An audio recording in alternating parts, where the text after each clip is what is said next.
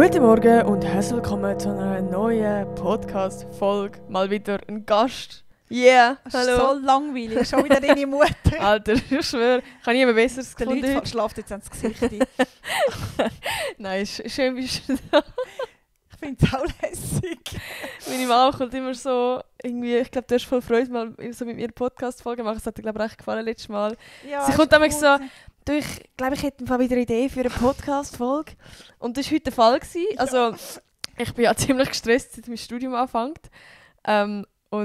Ja, ich bin dann irgendwie so heute Mittag am Anrufen gewesen. Ich kann ja nachher dann noch erzählen, warum ich am Anrufen war. Es gibt noch ein crazy Update. Aber auch schon zum Story fertig erzählen, ist meine Mom dann wieder gekommen, ja, wegen Podcast aufnehmen. Ich könnte das sonst mit dir eine machen, ich hätte noch eine Idee. Aber vielleicht haben sie erst im Titel schon gelesen. Und wenn nicht, dann behalten wir es jetzt auch noch spannend.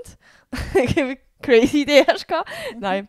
Aber du nichts verraten? Nein, wir können es nachher verraten. Ist okay. Okay. Wir können es jetzt noch... Nein, okay, wir können es jetzt schon verraten. Das ist nichts Spezielles. Nein, es ist eben so. Ich will nur schnell den Anlauf erzählen, eine Einleitung machen. So ein bisschen anteasern, damit wir nachher hyped sind ich mache auf jetzt den eine Podcast. Einleitung. Und zwar, es ist so, heute ist Donnerstag.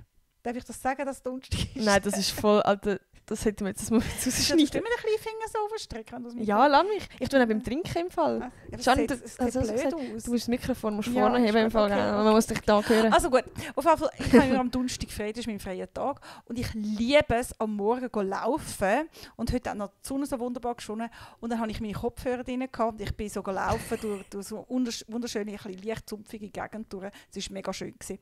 Und ich habe Leicht sumpfig, mega schön. den Podcast von der Naughty Style gehört mit dem Can zusammen. Von den Nutty-Style, als wäre so ein anderer Mensch. So cool gewesen, auf dem Danke. Ohr Nathalie, auf dem anderen Ohr der Can. Und Aber wirklich, ist das so gewesen? nein, es ist nicht Ah, so. ich hatte jetzt gerade Angst gehabt. Das war mega wack Ja, du gewesen. hast alles richtig gemacht. Danke. Nein, ich habe es mega spannend gefunden und ich bin so lang gelaufen und der Podcast ist wirklich mega lang gegangen. Und ja, es hat mir mega gut gefallen. Danke, Und mir danke. sind sehr viele Ideen durch den Kopf durchgegumpelt. Und dann ist mir plötzlich die Idee gekommen. Und als ich dann heimgekommen bin, hat Nathalie eben gesagt, sie würde gerne einen Podcast machen. Und dann habe ich das halt dann gesagt, was meine Also am Idee Telefon ist. über den Mittag hast du das gesagt? Ja, genau. Über Ja? den Mittag. Hast du jetzt nicht vor, die Idee noch zu sagen? Nein, Oder wenn wir die jetzt noch früher aufhalten? war es so, gewesen, wenn ich eben eine Idee hatte für die Nati, du könntest doch einmal das und das Video machen, hat es oft geheißen, nein. Und ich bin dann so traurig gewesen, dass Du hast ja immer wacky Ideen. Nein, ich habe eine sehr gute Idee gehabt. Vor allem Nein. hat Nati gesagt, hey, mach doch selber einen Kanal. Und dann habe ich selber einen TikTok-Kanal gemacht, habe alle meine Das ist so Ideen eine gute Idee reingebuttert und ich muss wirklich, aber es kommt ja nicht schlecht an, meine Videos. Ja, nein, das oder? ist super. Aber also, du hast mir mal eine Idee gebracht, soll ich ein Beispiel bringen? Es gibt ich sage jetzt nicht den Namen, aber es gibt einen YouTube-Creator, wo ganz früher, als ich angefangen habe mit YouTube, ist der so, ich sag mal, so ein bisschen am Start gewesen, ein guter Kollege von mir, ein bisschen relevant und so. Und du weißt nicht, wer ich meine, oder? Du wirst es noch erfahren. Okay. Und der hat dann irgendwann mit Social Media aufgehört und hat man absolut gar nicht mehr von ihm gehört und so. Die Szene hat sich verändert, alles und so. Und ich habe eigentlich nicht mehr wirklich mit ihm zu tun. Und nachher irgendwann hat er spontan einen YouTube-Kanal gemacht, wo er einfach labert und so. Also wirklich sehr, ja, wie nicht jetzt irgendwie mega bekannt oder so, also wirklich sehr, sehr in einem sehr kleinen Rahmen. Und die Mama ist dann zu mir gekommen, hey, wir können ja ein YouTube-Video machen, wo wir laufen gehen und auf sein Video reagieren. Weißt du das noch? Nein, ich habe keine Ahnung, von das. Aber Also weißt du, von wem ich sagen? rede? Nein, keine Mami, Ahnung. wer hat mit YouTube aufgehört? Ich sage jetzt den Namen nicht, aber es gibt jemanden, der mit... Ja, Ja, der Can hat mit YouTube aufgehört. ja und dann gibt es nochmal jemand anders. Gut, du weißt wer. Ja, ist ein kleiner YouTuber Nein. oder ein grosser? Ein grosser Damals YouTuber. gross, heute wäre es Okay, wahrscheinlich nicht mehr gross, okay. aber ja. Und ich wollte auf sein Video reagieren. Er hat wieder Content gemacht, aber auf einem sehr privaten YouTube-Account. Das ist jetzt nicht irgendwie, ja, keine Ahnung, vielleicht hat es so pro Video vielleicht 200 Views oder so gehabt. Also wie, nicht, dass das etwas heisst, aber wie, es ist so random, also wie, es würde glaube ich niemand interessieren, wenn ich mir ein YouTube-Video mache, wenn ich mit dir laufen gehe und auf sein Video reagiere, das eine halbe Stunde geht, wo er wo er von seinem Leben erzählt. Okay. Also ein uncuttedes Ich habe es nicht mehr Video. richtig auf dem Schirm. Macht nichts. Aber egal. Genau. Das ist mir sehr geblieben, weil ich die Idee so schlecht gefunden habe. Also gut. Nein, Spaß, Aber sonst das habe ich ist noch gute Ideen gehabt und ich habe das jetzt selber verwirklicht. Auf jeden Fall habe ich heute dann einfach, hat sie mich gefragt, hat sie mir eben gesagt, sie braucht wieder mal eine Idee für einen Podcast und dann habe ich halt meine Idee gebracht und meine Idee war die gewesen, weil ich habe sie auf meinem TikTok-Kanal habe ich viele Sachen, wo ich zurückschaue auf die 90er Jahre. Und Nathalie und auch Joel, beide haben mir mal gesagt, hey Mami, du hast so cool gehabt früher in den 90er Jahren, das war so cool gewesen. Wir sind so eifersüchtig, dass wir nicht auch unsere Jugend in den 90er Jahren verbracht haben. Und ich habe heute gerade ein TikTok-Video geschaut, wo auch jemand sagt, hey, früher in den 90er Jahren war alles so genial gewesen. Und er war da irgendwie, wirklich noch als Kind gewesen. Und ich habe einfach gefunden, ich glaube, die Leute interessiert das. Wie war es damals gewesen und wie ist es heute? Also, ist mir einfach so meine spontane Idee gewesen. Hey, und siehe da, Nati ist drauf eingegangen, yes! Nein, es ist wirklich gut. Aber nein, aber es ist vor allem auch, weil ich so im Stress war. Also ich habe diese Woche, glaube noch nie so einen vollen Kalender gehabt. Ich weiss nicht, wenn ich das letzte Mal einfach in meinem Bett gechillt habe und TikToks geschaut habe. Das ist aber nicht normal diese Woche. Nein, es ist wirklich... Du kommst heim, rührst schnell den Rucksack an und gehst gerade wieder weg. Weißt du eigentlich noch, wie ich ausgesehen? Ich bin echt gefühlt schon ausgezogen. Das ist schön, dass sie immer Zeug in ihre Storys rein tut, dann weiss ich immer, wo sie ist, was sie anhat und so. Also heute hast du etwas Grünes angehabt und bist an einem Event gewesen, wo alles voll grün war. Jeden Tag irgendeine... Also warte mal schnell, ich sag schnell. Wann bin ich das letzte Mal... Ich weiss nicht, ob ich das letzte Mal ich komme immer nur heim schlafen. Also warte mal, am Freitag war ein Rave von der Schule aus, da bin ich im Ausgang gewesen. Am Samstag bin ich zuerst... am grünen Teppich bist du noch gewesen? Ja, das ist später, aber ich bin am Zürich Filmfestival am Samstag und dann nachher nach Kilby gegangen. Am Sonntag war die Zürich Game Show gewesen, also wie heißt das geheißen? Zürich Popcorn. Montag, das juckt eigentlich gerade absolut niemand, was ich da aufzähle. Aber ich erzähle es dir jetzt nicht. Übrigens an der Kilby bist du mit mir gewesen. Ja, aber ja, das stimmt. Aber Montag bin ich hassen, also in der Bibliothek. Bin um 10 Uhr heimgekommen. Dienstag war nochmal Zürich Filmfestival. Gestern bin ich einen Horrorfilm schauen. Heute war das Klinik-Event. Und morgen gehe ich ans Oktoberfest und übermorgen gehe ich nochmal an Kilby. Also ich komme eigentlich dann heim, wenn du in die Ferien gehst, und zwar am Sonntag. Sehr gut. Dann sehen wir uns nachher nicht mehr. Gut, können wir wenigstens das heisst, Podcast unsere Primetime zusammen ist eigentlich der Podcast. Aber auch schön. Ja, aber okay. Nein, sehr stressige Woche gewesen. Vor allem, Friends, ich muss euch das jetzt einfach noch ganz schnell erzählen. Ich weiss nicht, hast du meine letzte Podcast... nein, die war allein gewesen, meine letzte Podcast-Folge. Ich weiß nicht, ob sie gesehen hast. Aber du hast alles mitbekommen, ich muss es dir eigentlich nicht erzählen. Aber für die meine letzte Podcast-Folge gehört haben, die haben ja erfahren, habe ich ja erzählt, die freudige Nachricht, dass ich und der Can endlich eine Wohnung gefunden haben in Zürich. Also ich habe die letzten 50 Podcast-Folgen eigentlich immer davon geredet, dass wir unbedingt eine suchen und alles. Und ich bin die letzte Podcast-Folge so hyped gewesen. Und für die meine Story angeschaut haben, die haben gesehen, dass ich wieder eine Wohnungsbesichtigung bin und haben sich wahrscheinlich so gefragt, what the fuck, Bro, du hast doch jetzt eine Wohnung.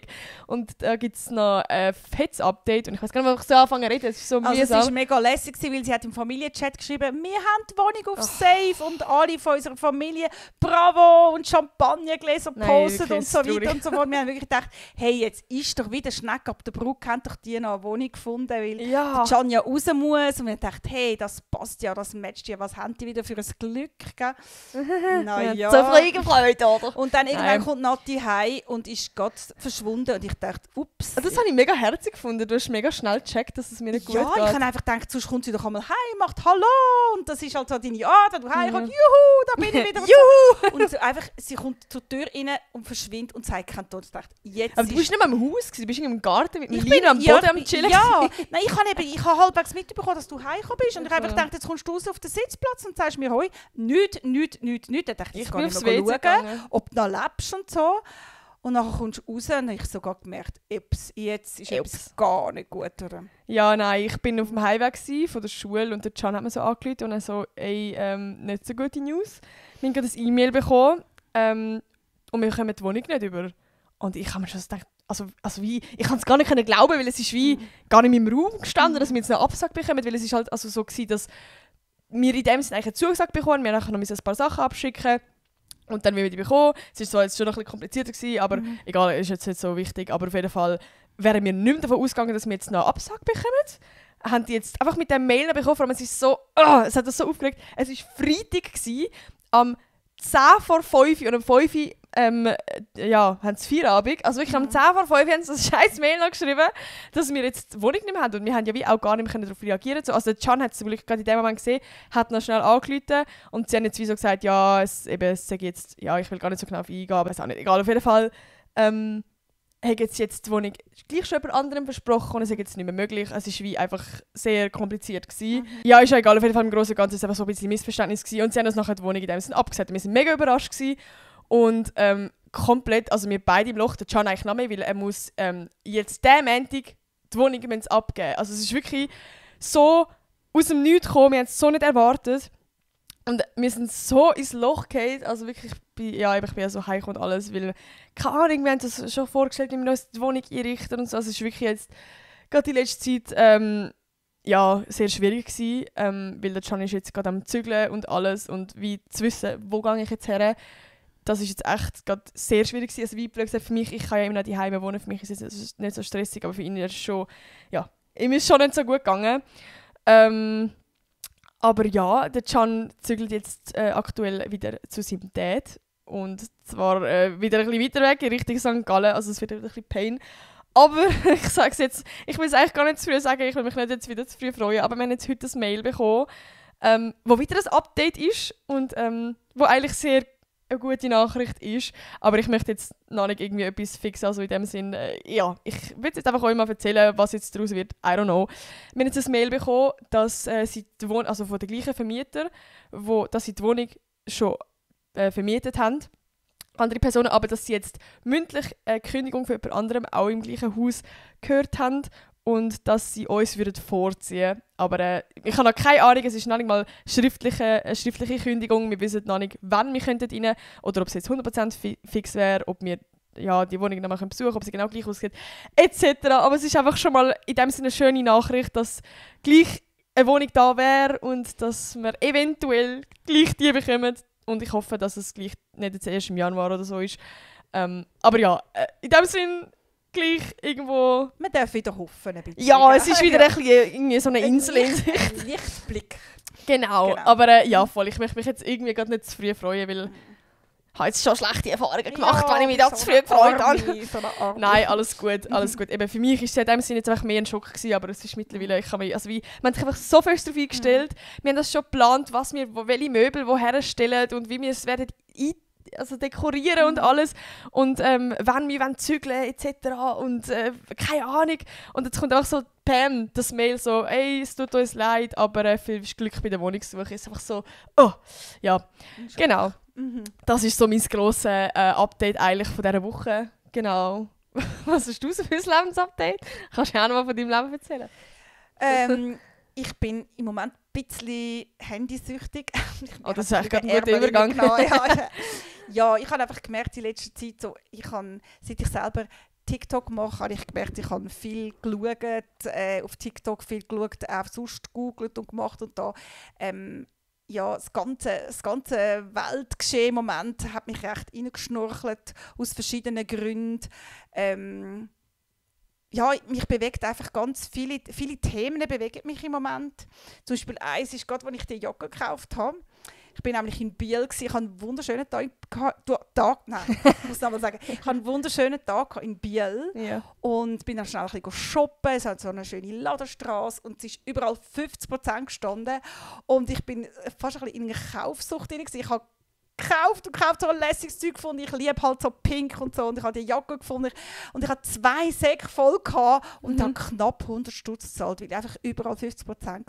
Und auf der einen Seite bin ich mega happy gewesen, und auf der anderen Seite habe ich plötzlich so ein schlechtes Gewissen gehabt, einfach gedacht, meine Güte, hey, auf der anderen Seite der Welt oder keine Ahnung, einfach weiter weg, hat sie arme Länder, Leute, die fast nichts verdienen. Und ich habe genau prompt heute ein TikTok darüber gesehen, von Leuten, die in solchen Fabriken arbeiten und in Slums wohnen und praktisch nichts verdienen und auch müssen arbeiten, 12 Stunden am Tag, 6 Tage lang in der Woche und wenn sie krank sind, müssen sie gleich gehen und haben so schlechte Bedingungen. Aber leck mir, wie ist die Welt ungerecht? Und Wir können ja nichts dagegen machen. Und Ja, also wir können in dem Sinne einfach keine Kleider von denen kaufen, so blöd ja, gesagt. aber nein, sie hat dann, die interviewt wurde, hat gesagt, sie hätte schon Freude, wenn wir Kleider kaufen. Aber einfach, die Fabriken, die sollten andere Bedingungen reingeben, um können zu arbeiten. Und das kann ich ja nicht bewirken, weißt? Und Ja, es kommt ein bisschen darauf an. Also, wenn wir ja jetzt alle würden weniger dort kaufen gehen und so, dann würden wir in dem Sinne schon ein Zeichen dort setzen. So quasi,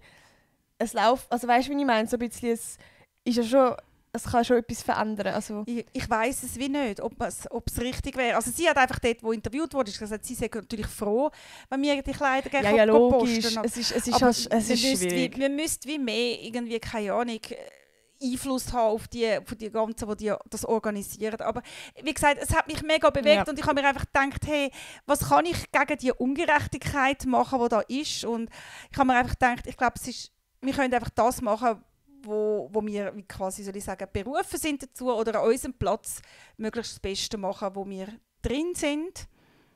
Und ich probiere jetzt einfach das, meinen Job gut zu machen und in meinem Umfeld gut zu bewirken. Und ja, das ist das, was mich so ein bisschen beschäftigt hat. Die Woche. Aber das ist Update. ist eigentlich Genau. in dem Sinn so keine gute Überleitung. Weil, also, okay, jetzt kommt es an, aber ich finde es lustig. Ich glaube, du bist da, oder ich kann ja mal einen Kommentar schreiben. Ich glaube schon, du unterscheidest dich da schon sehr von allen anderen Eltern in deiner Generation, oder einfach Leute in deiner Generation, dass du zum Beispiel so eben mega mit Social Media und in dem Sinne handysüchtig und all das Thema ist ja eigentlich sonst eher in unserer Generation so ein bisschen ein Ding. Ja. Und darum finde ich es eigentlich gerade spannend, dich als Interviewpartner da zu haben über das Thema, weil du bist eigentlich ganz anders aufgewachsen als mir. Also wie, ich bin aufgewachsen, ich habe das alles miterlebt, wie Social Media entstanden ist, genau in meiner Anfangsjugendzeiten. Also mit 14, 15 Jahren angefangen, Instagram, also ich weiss noch, ich habe damals auf Facebook noch das grosse Ding und Instagram und alles noch nicht. Weißt du das noch? Ich glaube schon. Also ich hatte einen iPod Touch gehabt, Ja. und ich habe mir mit 12 habe ich mir Facebook abgeladen und es war ab 13 Ja, gewesen. das ist Und meine Eltern sind eigentlich nicht so mega streng, aber sie haben dann von außen so ein bisschen den Vorwurf bekommen, ey, eure Tochter ist im Fall da schon auf Facebook und eigentlich erst 12. Dann hast du mir 4 Tage lang also iPod Touch Verbot gegeben und ich muss es wieder deinstallieren. Aber ich glaube, nach einem Tag hast du mir dann das Handy wieder gegeben. Aber ja, wenn ich das also ich habe mit 13, ich glaube, mein erstes Handy bekommen. Kann das sein? Oder mit 14? Nein, ich glaube mit 13, doch mit 13. Du bist in der Primarschule gewesen, ne? Ja, in der 6. Klasse. In der 6. genau. Klasse. Der 6. Eben ja, mein genau. erstes Handy. Ja, auf jeden Fall, bei meinem ersten Handy habe ich dann meine ersten Social Media Kanäle geladen. Also eben so 13 habe ich dann erst mal Instagram gehabt und so. Das ist schon crazy eigentlich. Also eben, ich glaube, wenn wir so ein bisschen langsam ins Thema kommen von den 90er Jahren, also ich bin so das Alter, das du jetzt hast, habe ich in den 90er Jahren. Voll. Oder? Nein, ich kann jetzt Genau. mehr den Übergang machen von, weißt du, wie du aufgewachsen bist. Ja. Weil eben bei mir ist wirklich das Ding von die ganzen Social Media Kanäle, wie das Ganze sich entwickelt hat, dass wir jetzt wirklich in dem Sinn so in dieser Welt sind von Social Media und dass du eigentlich, wenn du keine Social Media hast, dass du gar nicht alles mitbekommst von dieser Welt. Also, also ja, ich weiss auch nicht. Ja, das gehört einfach dazu. Früher hast du mit Social Media einfach mehr aufteilt gehabt. Du hast ein Telefon gehabt, du hast einen Fernseher gehabt, du hast vieles in Heftchen angeschaut. Ja. Also wir Jungen sind damals einfach mega auf die Heftchen gegangen und dort sind einfach so wichtige Infos drin gewesen, die ihr heute jetzt einfach schnell ein bisschen runterladen oder eben auf TikTok schaut oder auf, keine Ahnung, YouTube oder überall. Ja, und das haben wir früher halt einfach so gehabt, aber klar, ich bin auch so aufgewachsen, meine Eltern sind gegen nichts gewesen. Also gut, wir haben jetzt vielleicht nicht so viel Fernsehen geschaut. Es gibt Kinder, die natürlich viel mehr Fernsehen geschaut haben, als wir das gemacht haben. Eben, und also es ist Aber- ja ein crazy aber- Unterschied. Also wir sind jetzt, ich weiß nicht, was meine Handyzeit ist, ich will es eigentlich gar nicht wissen, aber ich kann es nachher mal anschauen. Aber das ist ja nicht im Vergleich zu Heftchen anschauen damals. Weißt du, ich meine, die haben ja wirklich Hobbys Ja, gehabt. aber ihr macht ja wirklich alles mit dem Handy. Und das hast ja du auch mal so Ja. ein bisschen in einer Studie irgendwie ein bisschen rausgegeben. Bei uns ist halt der In einer also Studie Fotoapparat und die Filmkamera, das ist bei uns auch alles im Handy drin. Ja, ja. Und ich habe viele Fotos gemacht. Unsere Familie hat mega viel gefilmt. Eben Heftli, wenn du das alles zusammenzählst, telefonieren, Fernsehen schauen, Heftli anschauen, fotografieren, filmen, was gibt es noch? Wenn du das alles zusammenzählst, dann kommst du auch auf die Summe. Ja, ja. Also Also von ich dem habe her ja, ist ich habe ja einfach gerade eigentlich mega spannend. Ich bin jetzt an der ZHDK und ich habe eine Aufnahmeprüfung müssen machen für den Studiengang. Und ich habe damals ein Projekt gemacht, gerade zu dem Thema. Ich habe 3 Tage ein Selbstexperiment gemacht, 3 Tage ohne Handy, heisst auch ohne Social Media etc. und so. Und dort ist es eben auch ein bisschen um das Thema gegangen, für was wir alles unser Handy brauchen und dass wir mega süchtig sind und so. Voll. Und darum habe ich es irgendwie auch ein spannendes Thema gefunden, weil ich weiss nicht, ich muss sagen, ich bin irgendwie mittlerweile echt an dem Punkt von klar, irgendwo ist es nice, dass wir mittlerweile so easy haben. Also zum Beispiel gerade bei dem 3-Tage-Experiment ist mir mega aufgefallen, dass bei gewissen Situationen es mega einfach ist, das Handy zu haben. Zum Beispiel einfach schnell Verbindungen anschauen beim SB, schnell können schreiben, telefonieren, wirklich easy, Zoom-Call, du kannst alles machen und du kannst dich halt eben auch easy unterhalten, du kannst dich mega gut connecten mit Social Media und dich inspirieren lassen oder I don't know.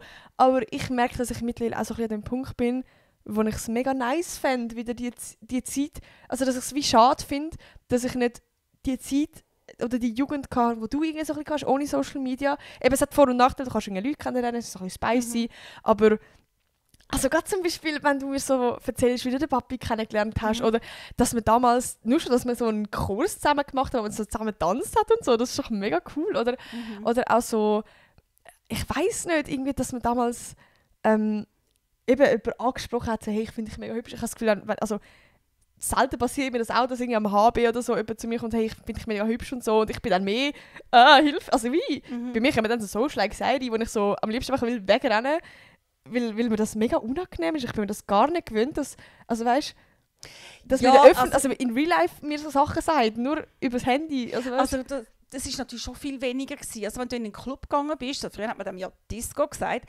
es ist schon so gewesen, dass sich nicht so einfach die Leute so schnell angesprochen haben. Gut, vielleicht, wenn sie etwas getrunken haben, vielleicht eher. Aber eigentlich war für das der Slow Dance gewesen. Das ist auch so cool! Ja. Kann man das wieder einbringen? Ja. Erklär kurz, was das ist. Okay, also es ist so gewesen, wenn du in den Ausgang gegangen bist, wenn du in eine Disco gegangen bist, hast du genau gewusst, irgendwann stellt die fetzige Musik ab und dann kommt Slow, da kommt ein ganz langsames Lied. Dann hast du genau gewusst, okay, jetzt machen sich alle Männer auf und gehen eine Frau zum Tanzen auffordern. Und eigentlich hast du so ein bisschen im Vorfeld, wenn du getanzt hast, bist du auf der Tanzfläche gewesen, dann hast du so ein bisschen Blickkontakt gemacht, oder? Geil. Und wenn du gemerkt hast, einer schaut dich ein bisschen fester an, wenn er dir gefallen hat, dann hast du ihn auch angeschaut und wenn er dir nicht gefallen hat, dann hast du schnell wieder weggeschaut. Und ich habe das natürlich, als Frau kannst du das auch ein bisschen steuern. Und das habe ich dann zum Teil halt auch so gemacht, wenn ich gefunden habe, der gefällt mir noch, hat man halt immer wieder so geschaut. Und nachher ist der Slowdance gekommen und dann hast du gewusst, wenn du jetzt Glück hast, kommt er auf dich zu. Und ich habe das auch schon mal erlebt, dann ist einer auf mich zugekommen und hat mich dann geholt und so. Und dann bist du auf die Tanzfläche gegangen. Ja, und dann hast du dich zuerst so ein bisschen zögernd gehabt. Und ja, wenn du willst, hast du dann mal ein bisschen näher herangelassen und ein bisschen fester gehabt. Und sonst hast du den Abstand ein bisschen behalten. Aber hast du so die Hand gehabt oder hast du so die Schultern gehabt? So die Schultern, ja. Okay. Und es hat dann die wirklich dann immer enger und enger umschlungen sind. Genau. Hast du so ein bisschen alles gesehen auf der Tanzfläche. Aber ich finde das so cool, das ist so spicy. Also gut, jetzt, wenn ich in einer Beziehung bin und alles ist ja wie gar kein Thema mehr oder so. Aber wenn du so Single bist und du bist so in einem Club und du hast gerade so jemanden, weißt du, so ein bisschen spicy, oder weißt du wie, das ist ja nur schon eine gute Möglichkeit, zum nachher den Schritt machen und jemanden ansprechen oder irgendwie so. Weißt du, ich meine irgendwie so, es ist so spicy, aber es ist so richtig cool. Ja, aber etwas ist auch nicht cool. Und das musst du auch bedenken. Ich meine, wenn du angefragt wirst auf dem Handy, hey, darf ich Kontakt mit dir aufnehmen? Beim Handy kannst du locker schreiben, hey, sorry, kein Bock. Oder einfach ignorieren und gar nicht anschauen. Ja, genau, du einfach schnell raus. Und du weißt, es ist auch nicht so verletzend. Hingegen, wenn jemand sich zusammenrauft auf der Tanzfläche, die kommt holen, dem dann sagen, sorry, nein, das tut mir selber eben auch weh. Und wenn ich dann an einem Abend war und ich gemerkt habe, es kommt der Falsch auf mich zu, nicht der mir eigentlich gefallen, hey, wir sind oft einfach davon gesäppelt und aufs WC. Das ist so, aber das ist doch auch ultimativ Trick gewesen. Und am Schluss hast du alle Frauen, die davon gerannt sind, hast du nachher vom WC wieder getroffen. Aber das finde ich auch lustig. Also ja, klar, es ist mega assi. Nein, es ist wirklich gemein. Es tut aber irgendwie leid, also wenn du so halb betrunken bist und irgendwie alle Girls auf dem WC sind und dann fängst du so an mit fremden Girls oder so, ist jetzt sagen wir es abhauen oder so. Das stelle ich mir auch ein bisschen lustig vor. Ja, also wenn ich mit der Kollegin war, bin ich so, slow dance, schnell abhauen. Aber das stelle ich mir richtig lustig vor. Ich weiß nicht. Oder auch wenn, es ist ja dann einfach ein Song, oder? Also wie, dann hast du nachher vielleicht auch eine lustige Story mit einem Typ, wo du jetzt nicht unbedingt Interesse gehabt hast. Und so, keine Ahnung, aber irgendwie, ich stelle es mir einfach irgendwie cool vor. Ja, es sind meistens etwa 2-3 Slowdance hintereinander pro Abend. Ah, ja. Und nachher ist es dann wieder fetzig zugegangen.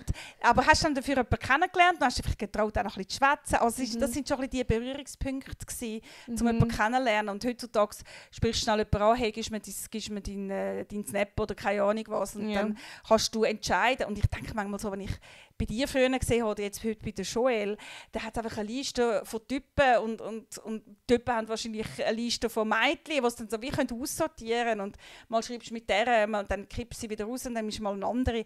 Und das hat es früher einfach nicht gegeben. Außer der Papi, wenn er die letzte Podcast-Folge gehört hat. Ja, genau. Er hat eine Frauenliste gehabt zum Tanzen. So war der erste Platz. Ja, aber das hat einen Grund gehabt. Verstehst du, mit denen hat er tanzen. Also ich habe nie Liste gehabt. Ich habe Liste gehabt. Zum Tanzen? Nein. Ja, nein, zum Tanzen, aber jetzt allgemein. Oder meinst du zum Tanzen? Nein, er hat einfach eine Tanzliste gehabt. Ja, aber jetzt Joel und ich haben irgendwie in unserer Jugend.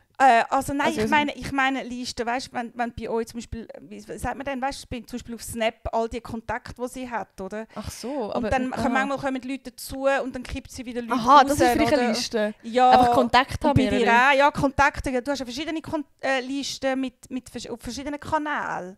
Nicht? Ja, also, du hast einen aber auf Liste WhatsApp, einfach du hast einen auf, ja, genau. Ja. Aber es sind verschiedene Listen. Eine ist auf WhatsApp eine Liste. Ich finde das lustig, auf Snap eine Liste. Ja, wie sagst du denn? Kontakt? Ja, einfach, okay. nein, einfach, keine Ahnung. Kontakt. Ja, oder es einfach Chatverläufe.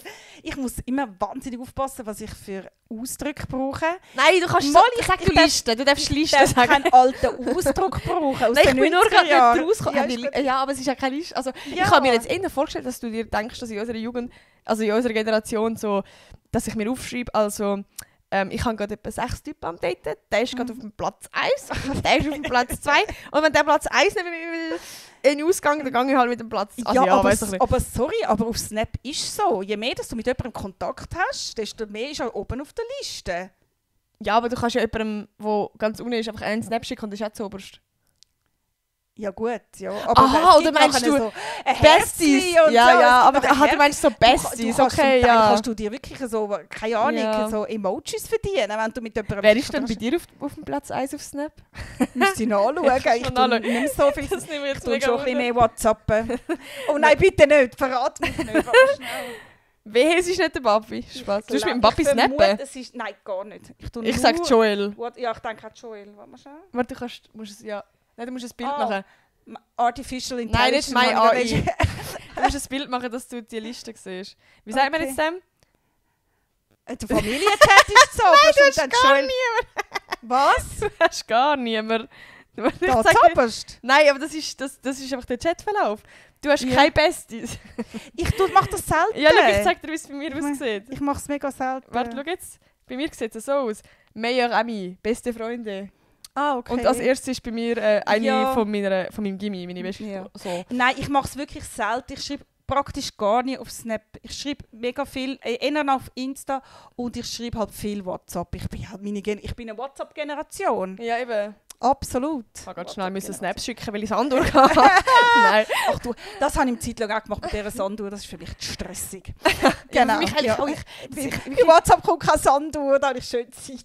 Nein, ja, genau. Und vor allem irgendwie, also, wenn du jetzt ganz hohe Snap-Days hast, dann ist so der Druck noch grösser, weil du es nicht verlieren willst, weil es irgendwie so viel Arbeit war.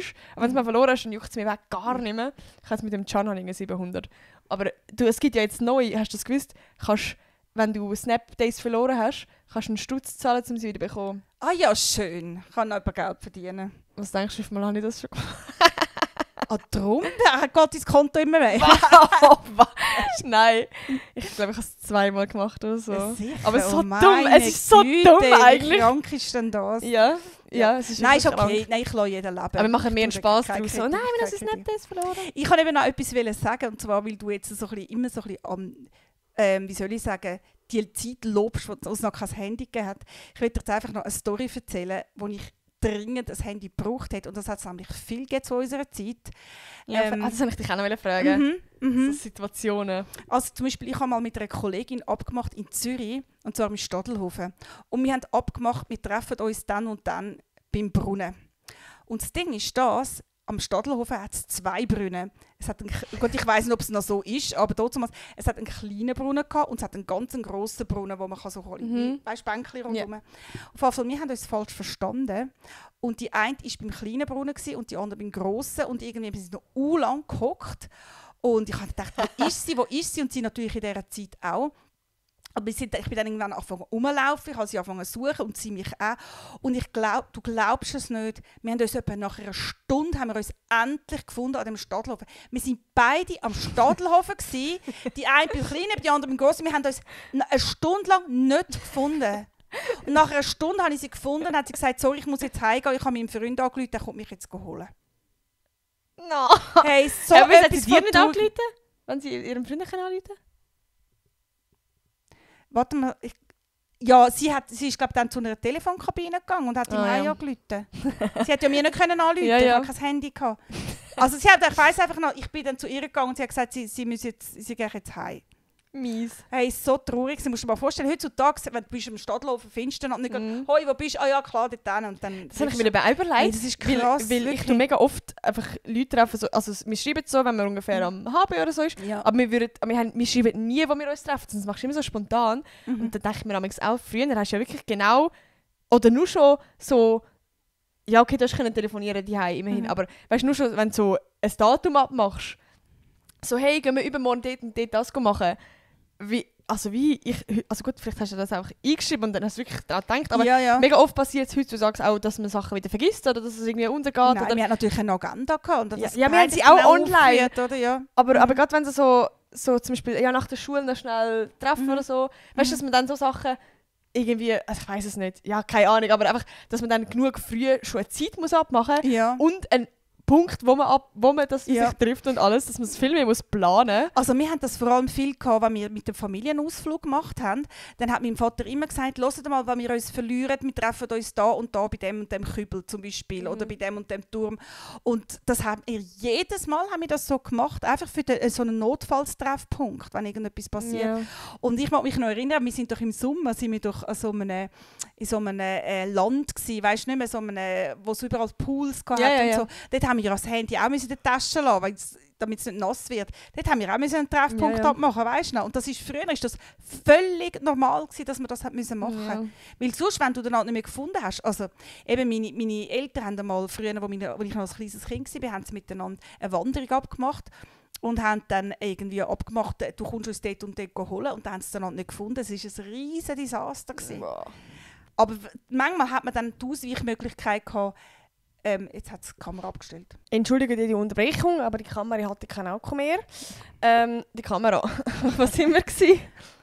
Ja, eben, dass es manchmal mega kompliziert war, wenn man sich verloren hat und sich nicht mehr einfach schnell hat können anrufen, hey, wo bist und so, und sich dann das alles hat müssen organisieren. Also von dem her hat es auch natürlich Nachteile gehabt, wenn man kein Handy gehabt hat. Und vor allem, was ich muss sagen, ich sehe es einfach als Mutter. Ich finde es manchmal mega beruhigend.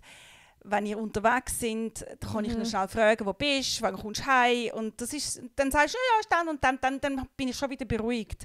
Ja. Und das haben halt meine Eltern nicht gehabt. Gerade mein Vater war mega ängstlich. Ich konnte zum Teil eben gar nicht ihm sogar sagen, wenn ich in eine Disco gehe. Ich habe dann einfach gesagt, also ich habe nicht gelogen, aber ich habe wirklich dann mit einer Kollegin abgemacht, ich penne nachher bei ihr, weil ich einfach gemerkt habe, mein Vater dreht fast durch. Oder? Der hat so Angst um mich, wenn ich da morgen früh heimkomme. Und er hat auch gar kein Verständnis dafür, dass ich die ganze Nacht durchfeste.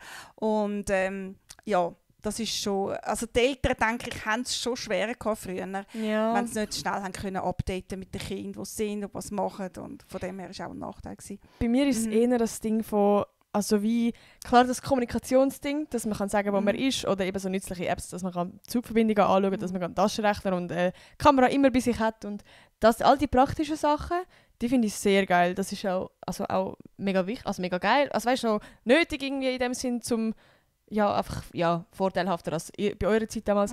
Bei mir ist es vor allem so ein bisschen das Social-Media-Ding. Eben, klar, es ist auch nice, so. Es ist so eine Mischung. Aber ich merke manchmal auch eben, dass ich es irgendwie cool gefunden hätte, auch in dieser Generation aufzuwachsen, wo du das nicht gehabt hast. Eben, dass du vielleicht in deiner Freizeit viel... Also ich habe eben das 3-Tage-Experiment gemacht. Ich habe noch nie so fest das Gefühl gehabt, dass ich so viel Zeit habe in meinem Leben wie sonst. Also es hat sich...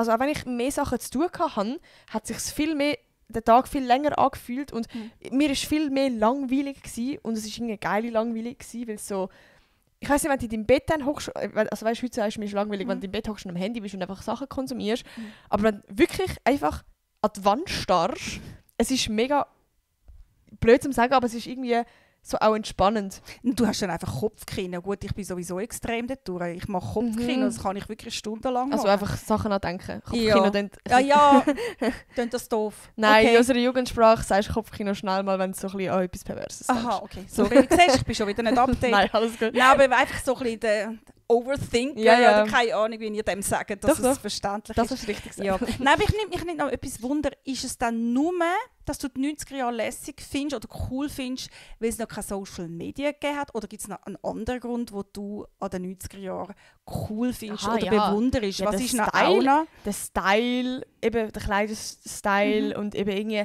das ganze so Disco und I don't know, was hat es noch gegeben? Irgendwie auch der Vibe von so Klapphandys. Ich liebe momentan so ein bisschen zum Beispiel Also so Serien von den 90er Jahren. 2000er, 90er, 2000er Ja, würde ich sagen. also 99 ist das wirklich Musik. dass wir, also im 95, wo wir geheiratet haben, haben wir ein Handy ausgelehnt, Ja. gehabt, so eine Klumpe. Aber ein richtiges eigenes Handy habe ich glaube erst im 2000 gehabt. Ja, eben. Ich glaube, dort ist mein erstes Handy. Ich weiss noch, es war der Übergang 99, 2000. Ich weiss es noch, weil mein Bruder war in Boston war und er ist heimgekommen für ein Wochenende verlängert und hat gesagt, hey, was ist los in der Schweiz? Was ist passiert? Alle haben so ein blödes Handy und ich brauche das gar nicht und so. Ich einfach gedacht, ja, warte mal ab. Jetzt und macht er Apps. Ja, und, genau. Und irgendwie ist am Schluss viele ältere Leute haben gefunden, das ist ein Blödsinn, das Handy. Ich muss doch nicht überall erreichbar sein. Und nachher plötzlich haben einfach alle, auch die mega gemotzt haben, am Schluss haben einfach alle eins quasi müssen haben, oder? Ja, du musst eins haben. Ja, also wenn du, gerade in unserer Generation, wenn du würdest sagen, ich habe kein Handy. du wirst geboren mit dem Handy. Ja, also das Ja. ist gar keine Entscheidung, Ja. die du machst, sondern das ist wie einfach, gehört blöd gesagt zu dir. Das ist so komisch eigentlich, aber ja. Ich will noch schnell auf deine Sachen eingehen, wegen der Musik und wegen der Kleider und so. Weil ich finde es einfach noch spannend, zu schauen, wie sich jetzt das gewisse Sachen wiederholen. In der Mode jetzt gerade zum Beispiel. 80er-Jahre-Kleider, so ein bisschen die engen Hosen sind jetzt gerade eigentlich vorbei schon wieder. In den 80er Jahren haben wir extrem enge Hosen gehabt und aufgeredet. Ja, und hoch vor allem Highwaist. Ja, genau. Das ist eigentlich schon wieder ein bisschen vorbei. Ja. Jetzt hat man so ein bisschen die breiten Hosen. Jetzt hast du Low-Waist, jetzt kommt Low-Waist Genau. mega. Und wir haben in den 90er Jahren haben wir so hohe Plateauschuhe gehabt und so breite Aber die kommen Hosen jetzt und auch so. wieder. Die kommen, es kommt alles Also wieder. jetzt Das kommt ist so mega spannend zu Plateauschuhe, schauen. jetzt sind auch so ein bisschen die Cowboy-Style-mäßig so ein bisschen, mit so Der Cotton Cowboy-Stiefeln. Night Show dazu, gell? Mit was? Cotton Night Show, das Lied. Cotton Night Show, I can marry ach long so. time ago. Ja. Genau, das ist Ich kann das. nicht wissen, was das heisst. Ja, es ist sowieso mega spannend, auch in den verschiedenen Clubs, wie es wieder so 90er Jahre bringt Ja, und dann 90er, kommt die ja. Musik. Und ich finde es mega lustig zum Zuschauen, weil ich gehe ab wie eine Rakete, wenn so eine 90er-Jahre-Musik Ja. kommt. Und du machst dann auch voll mit. Dabei bist du noch hinter einem Mond, gewesen, wo die Musik Ja, aufkommt. Ich finde es mega lustig. Oh, nein, alles gut. Alter, der Podcast-Folge, ich habe jetzt schon wieder gemeint, etwas ist nicht gegangen, aber es ist alles gut mit dem Laptop. Nur das Ding ist, ich habe nur schon, also ich weiß nicht, das läuft alles irgendwie schief. Ich habe meinen Laptop beim Can vergessen, ich bin jetzt gerade mit meinem alten 2015 Laptop aufnehmen. Also eigentlich auch ein bisschen Vintage. Nein, Spaß. Die Aufnahme ist wahrscheinlich genau gleich. Ich habe einen Joke gemacht, aber ist okay. Ist gut, okay. Also eben von der Cringe. Musik her finde ich wirklich, die 90er Jahre sind so cool gewesen. Also ich bin ja in den 80er Jahren eher so ein bisschen, als Teenager eher ein bisschen scheu gewesen und ein bisschen zurückgezogen und habe mich nicht so gedacht, um Jungs ansprechen.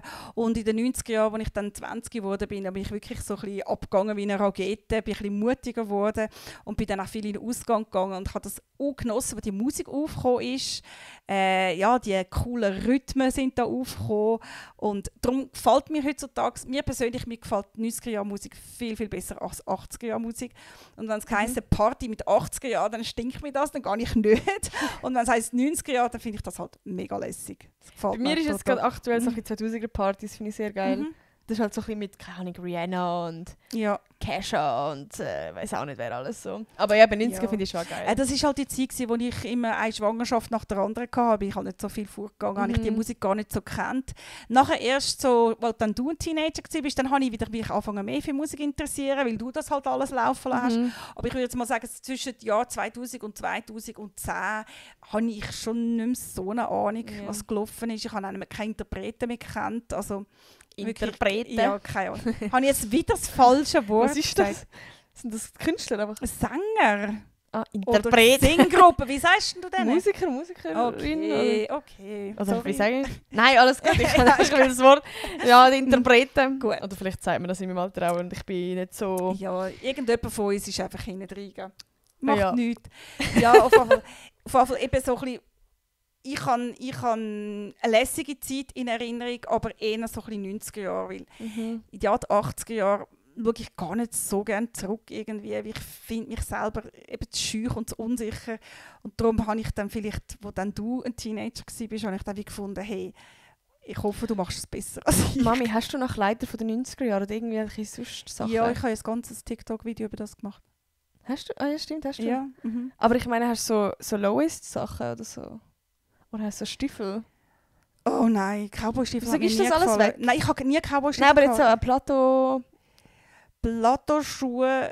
Du willst das alles... Eigentlich müsste ich alles behalten für meine Kinder. Das Ja, kommt hey, sicher ich kann so viel Zeug behalten. Ich kann wegen dir, vor allem wegen dir, ich habe so viel Zeug. Hey, ich habe keine Ahnung, wie überfüllt unser Estrich ist und auch unser Keller. Und einfach, ich kann alle Spielsachen behalten für dich, weil ich genau weiss, oh mein Gott, hat's noch Mami, hast du das noch? Hast du das noch? Hast du das noch? Hat's noch so Kinderkleider von mir, wo ich so... Ja, von den 2000er. Ja, der ganze Estrich hagelvoll. Das wäre übel geil. Ich glaub, Nein, 2000er, also wo du ein Baby bist. Ja, nein, also ja nicht das 2000 Babykleider direkt, habe ich aber ganz so viel. bis, also als ich einfach ein Kind war. Ja, Bis also... 2010.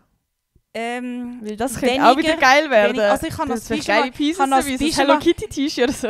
Nein, dein Lieblingspyjama mit den Pinguinen, wo du eine Augenbinde hast dazu, das habe ich behalten. Nein, das ist ganz cringe. Und dann habe ich noch Titelkleider, habe ich glaube noch. Oh, das könnte aber geil sein. Wenn so ein Titeltop. Oder ich hatte noch eine Titeltasche gehabt. Du hast eine ganze... Boah, ich muss das wieder raufholen. Ich muss das wieder abholen. Soll ich deine Titelkiste vom Estrich oben abholen? Ja, ich muss zuerst durchschauen. Ich möchte nicht wieder ein Bild voller Titel haben. Titelsachen dort rein. Ja, ich bin ein richtiger Titel... Ja. Weißt du, wir machen mal ein Video zusammen und ich alle Sachen aufholen. Das machen wir dann auf deinem TikTok-Kanal. Alle Barbie-Sachen holen von dir. Nein, alles. Aber ja, einfach so ein bisschen im Vergleich zu früher und zu heute. Aber ich muss sagen, ich habe auch eine glückliche Kindheit gehabt. Ich bin zufrieden gewesen. Aber ich könnte jetzt nicht sagen, boah, früher war jetzt alles besser gewesen. Also ich will das auch gar nicht. Ich würde das gar nicht wollen, zum ständig der Jugend unter die Nase reiben. So, oh, früher war alles besser gewesen. Ich finde das doof. Weil, ich meine, was kannst du dafür, dass du im Jahr 2001 geboren bist? Du kannst gar nichts dafür. Und du kannst etwas dafür. Ja, ich denke es einmal auch. Ich denke einmal auch, die Kolleginnen von mir, die immer so jammern, wie schlimm das alles heute ist mit der Jugend und mit Social Media, denke ich manchmal, hey, tu doch das deinen Kindern ein bisschen mehr Positives überbringen. Also, ja, oder wenn sie ein bisschen jünger sind, weißt du, nicht einfach sagen, scheiß Social Media, sondern mehr das ein bisschen, also wie in dem Sinn, Kinder werden wahrscheinlich, wenn sie das Handy haben, dann sowieso Social Media, also wie, dann machen sie es einfach wahrscheinlich heimlich in den Rücken, also wirklich selber das Bild davon, dass sie es nicht, also dass sie es wack finden. Aber sonst, es gibt so viele junge Kinder, 10-Jährige, die einen TikTok-Account haben und Eltern halt keine Ahnung von TikTok haben und darum, ich finde es da fast wichtig, dass man dann als Eltern wirklich so ein bisschen schaut, was konsumiert jetzt meine Kinder und was, also wie, also einfach sagen, ja, scheiß TikTok und scheiß, dass man da wirklich, ich finde als Elternteil auch, ja, sich so ein bisschen informiert, ey, das ist jetzt, also wie, wir können es in dem Sinne eh nicht mehr ändern. Wir sind jetzt in dieser Generation, es ist jetzt so, dass Social Media ein riesiger Punkt ist, also wie ein riesiger, wie sagen wir, Teil von unserem Leben. Und das haben sie wirklich mega gut gemacht an der Oberstufe, wo wir gewesen sind. Da haben sie jedes Jahr einen Elternabend gemacht über Medien. Und haben wirklich den Eltern gesagt, hey, interessiert euch, was euer Kind macht. Schaut, was sie für Games machen. Schaut, welche wie welche Internetseiten dass sie reingehen, tun sie auch bewusst mit ihnen bereden und besprechen und schauen, wo man sich abgrenzen kann. Ja, weil das ist natürlich schon, ein Kind kann sich schon sehr verlieren im Internet. Ich meine, unsere Eltern haben höchstens uns Bravo-Heftli-Verbot geben, oder? Das war dann gerade alles gewesen und da muss man schon mega gut schauen als Eltern. Voll. Aber ich finde es wichtig, dass man sich auch ein bisschen drin denkt. Voll. Und nicht einfach nur sagt, hey, du bist die Eben, ganze das Zeit am meine ich. Gamen Gar nicht und du das schaust Handy immer das nehmen, blöde Handy an und immer Ja. die Kinder anschimpfen. Das bringt es wie nicht. Also, Eben, ich kann jetzt mich kontrollieren. Ich habe gemeint, so, dass sie dann das Handy nehmen und alles anschauen, weil es gibt auch noch Privatsphäre. So. ja, Aber im sicher. Sinne von, dass wir zusammen reden, hey, Mhm. was konsumierst du so, was schaust du so, was interessiert Genau. dich irgendwie, Mhm. was schaust du gerade, was gamest du gerade. Mhm. Ich weiß nicht, ich habe das Gefühl, also, das hat ja damals auch gamed und ich glaube, er hat es ganz cool gefunden, wenn man ihn gefragt hat, Ja. was er gerade gamet. Und dann kann er jetzt erklären, ja, jetzt in Minecraft hat er gerade das und das gebaut. Ja, Also, also es ist wie- Eben bei Minecraft hat er mega erzählt, was er alles gemacht hat. Ja. Hat mich durch die Häuser durchgeführt. Ich muss zwar sagen, nach 1-2 Minuten, mir ist wirklich speiübel geworden. Der ist so schnell durch die Egal, Gebäude egal. durchgeflitzt. Aber er hat immerhin, ich weiß nicht, es ist so, du weißt so ein bisschen, was er macht genau, Ja, kannst du mir ein mhm. Bild machen, hast vielleicht auch mehr Verständnis Mhm. für ihn, weil du vielleicht dann in dem Moment, als er jetzt irgendwie gerade in einem Game ist und er kann jetzt nicht gerade direkt auf den Schnipsel, wenn du noch etwas willst, sondern weißt dann genau, einfach wie sein Leben funktioniert. Und Ja, das finde ich die wichtig. Kinder haben nämlich noch ganz fest Freude, oder die Jugendlichen, wenn die Eltern sich ein bisschen dafür interessieren. Und nicht Viele einfach werden jetzt wahrscheinlich abstempeln. sagen, nein, ich will nicht, dass meine Eltern wissen, was. Aber ja. Ja, aber ich meine, wenn einer die ganze Zeit von der Mutter muss hören, hey, du bist immer am Handy und du, Ja, oder ja. du bist immer am Gamen und schalt Ja, mal den Vorwurf. Seich aus. Also ich denke, irgendwie, man kann ein bisschen drin schauen, was macht überhaupt das Kind. Und manchmal sind Kinder auch Mhm. wirklich kreativ am Handy Ja, oder voll. am Kompi. Und es ist nicht einfach immer nur ein Konsumieren. Und Ja. von dem her finde ich das schon auch wichtig, dass man sich da ein bisschen reindenkt. Das ist doch jetzt ein schöner Abschluss gewesen. Findest du? Ja. Okay. Weil ich glaube, wir sind schon sehr lange am Reden. Und meine Kamera hat wieder keinen Bock, oder hat sie Bock? Nein, sie hat wieder keinen Bock. Alter, ich hasse das, Mann. Ja, Hat also, sie ich habe 1 Minute abgeschaltet? Zeit zum Filmen, darum ich mache jetzt den Abschluss. Okay. Mhm. Ich danke vielmals fürs Zuhören. Ich glaube, es ist eine sehr coole Podcast-Folge geworden. Danke vielmals, dass du dabei gewesen bist. Ja, sehr gerne. Jetzt habe ich aber Durst bekommen. Ich auch. Jetzt gehen wir etwas trinken. Mhm. Also, ich wünsche euch einen wunderschönen Tag und wir hören uns nächste Woche wieder. Tschüss!